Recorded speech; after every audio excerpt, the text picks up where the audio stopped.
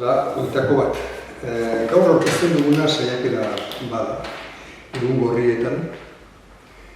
Elena Martínez Rubiok ondutako liburua. Elena Martínez Rubio Bilbon jaio zen, gurasoak antzirelako oporretan eta berak bere bizitzako lehenbiziko urtean Parisen eman zituen.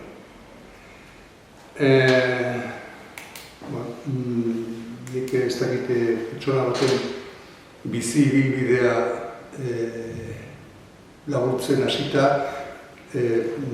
bilatzen da, ezta, nondik heldu, zein izan egiteken ezaugarri nagusia, eta kasu honetan nik eginaren kasuan askotarikotasuna aipatuko nuke, bai prestakuntza aldetik, bai berak izan dugu prestakuntza aldetik, bai hizkuntzen edo erabiltzen hizkuntzen aldetik ere, eta puntu bateraino egin dituen lanen aldetik ikuspuntutik. Pista bat ematearren, batxilergoa Alemaniakoa du, egin zuen, eta han ere Alemanian egin zuen filosofia eta soziologiako lehen zikloa. Lizentziatura berriz Bartzelonako autonomoan katalanez egin zuen. Aldiz, doktore tesia, Javier Sadabak zuzendua, Hannah Arendti buruz egin zuen. Eta bera izan zen, Hannah Arendt filosofo, politologo eta kazetariari buruz, Espainiako estatuan egin zen aurreneko tesia. Euskal filologia ere ikasi du, Deustuko Unibertsitatearen Donostiko kampusean, eta literatura Berlingo Unibertsitatean. Justifikatzen da, askotarikotasun hori ez da.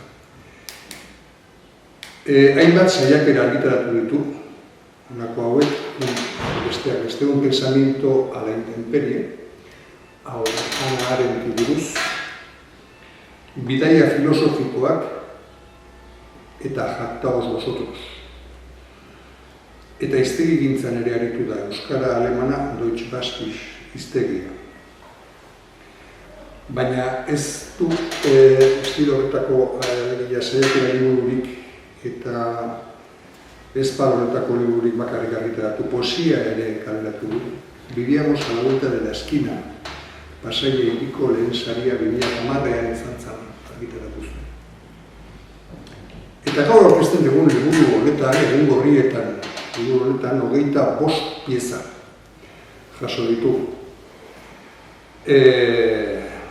Berriz ere agertzen zaigu egilearen lehen aipatu dudan askotarikotasun kutsu hori edo puntu hori. Askotarikoak baitira gogoeta gaia. Historia, politika, literatura, antropologia, hizkuntzak, filosofia, zientzia, eta puntua bizan da, liburua ez daba paragarri pista handia ematen du, Helenaren interes polo diferenten berri ematen dugu, ez da. Baina erregistroetan ere, ez du erregistro bakar batean ematen bere pentsamentua. Kronikatik badute zerbait, pasarte batzuk edo pieza batzuk, exegesiraino ere esango nuke egiten duela batzutan txangoa, biografiaren zertzeladak eta analisia ere tartekatzen da, eta non edoan proposamenezko izkribuak ere agertzen dira dirudi. Baina beti ere ezaugarri tinko eta guztien gainetik nabarmen batekin, zehaztasun. Eta hoxe nahi nuen nik berari oina emateko lehendabiziko puntua, hoxe nahi nuke azpimarratu ez da. 25 pieza horietan nola ari da. Ibilian bezala idazten duela esan daiteke ez da. Eta berak momentu batean, liburuan, honako dio. Bidaiariak hausnartzeari ekiten dio ibili bitartean. Eta ibiltzea bera sormen iturri bilakatzen zaio. Hots, adimenaren eta ibilimenaren pizgarri. Hoxe nahi nuke pixkat galdetzea zuri edo zute jorratzea nahi bat duzu. zuretzako zenolako harremana dagoen pentsamentu idazkera ibiltzearekin, bidaiarekin.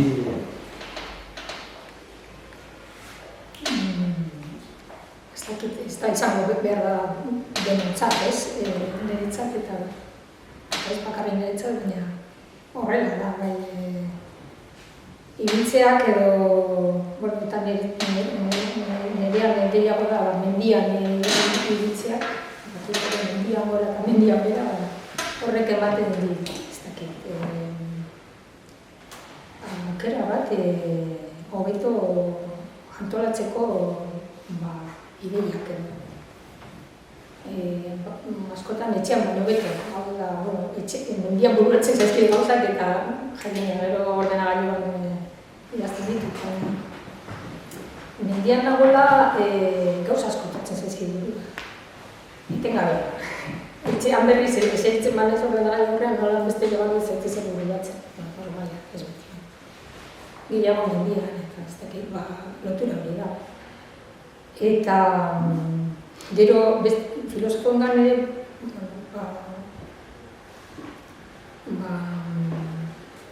topatzen da lakorik. Beste batzuk berriz liburutegitan aritzen dira, ez? Horri buruz aipatzen dut esate baterako Marxel badago gazteleraz itzulik ere. Grossmanen aztu izaitu. Marxel Grossman? Ez. Frantzez filosofo baten liburua. Berak hartzen ditu filosofo batzuk eta lotzen du haien ibilera filosofikoa ibiltzarekin, ez? Tartean Rousseau, Nietzsche,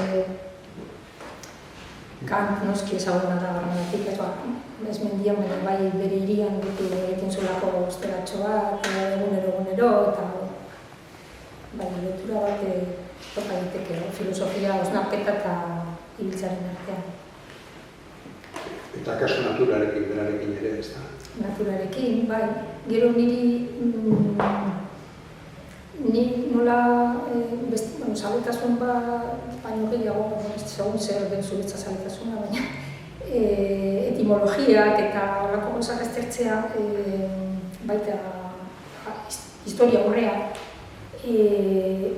oso ikusten dira gauzak mendietan, hau da, baina gaur erabiltzen ez diren tokietan edo batzutan ez dago ez da maparik ere, topatzen dira toponimia bereziak eta euskararekiko loturak hori bertan zaudela ikusten duzu. Hori ez duzu topatzen artxibo batean. Eta arkeologia mailan gauza bera. Eta batzutan pentsatzen duzetena arkeologo guztiak ez izatea mendizaila. Bintzat historia horrearekin zerikusia dagoetan. Mendian gauza megalitoak eta gauza bereziak etengabe ikusten dituzu, ikasten duzu ikusten. Zaletasun hori baldin badaukazu, ez? Gauza askotan alde batera utzi, zuk jarraitu egin behar duzu horrela eta ezin duzu dana ikertu, baina batzutan bai etxera heldu eta esaten du topa behar dut almendi hartan, punta hartan ikusi nuen edo hartzain batek esan zigun izena mendi datorren eta ez da uiun eta hartzain horrek erabiltzen zuen eta badauka euskararekin, nire dago euskaratik datorren, Asturiasen, ez dakit nuen, interesgarria. Eta irakurlentzako interesgarria izan daiteke, akaso, percepzio bat izan garen, oso pertsonala, nirea da, eta ez dute saldu nahi, baina guain izaten nahi zinela, estilora ere, zure idazkera ere, nik uste espaloretako dala, ez da, pausoaren espaleko da, idazkera nola esango ez dute, espositibo da baino, edo, pausoan datorren paseoan datorren idazkera bat daukazula iruditzen zein ere. Argi ulertu beti esaneetan, alegia argumentuak ematen dira ibilian bezala, berriz, esan ezagun, eta modu irakurle, ni bezalako irakurle batentzat, alegia gogoeta liburuetan gutxiago dabilena fikzio eta beste zeatan baino, ni bezalako irakurle batentzat, esan guruke, estimatzen da oso modu erosoan eramaten duzulako irakurtzen duena. Batetik eta bestetik agertzen da zure bai esan dituzun horietan, bai zure ibilera dako joera horretan mugimendua, eta mugimendua errebindikatzen duzula esango dukenik. Izan ere zure beste pasarte batean, honako hau diozu. Filosofia, izatez eta errotik, geldotasun kontsumitzailearen kontrako bat. Oposizio bat egiten duzu, mugimendu eta kontsumoak eragiten duen, zure esanetan eragiten duen geldotasunaren artean, ez da? Bai, baina testuinguru horretan esaten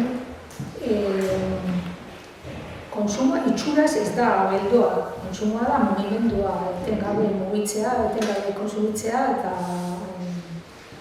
atsedenik ez hartzea, ez?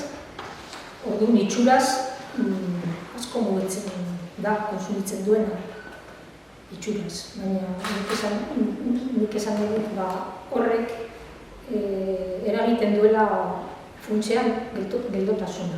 Ez dalako erdi asko mugimenduagatik edo mugimendua ez dela helburu.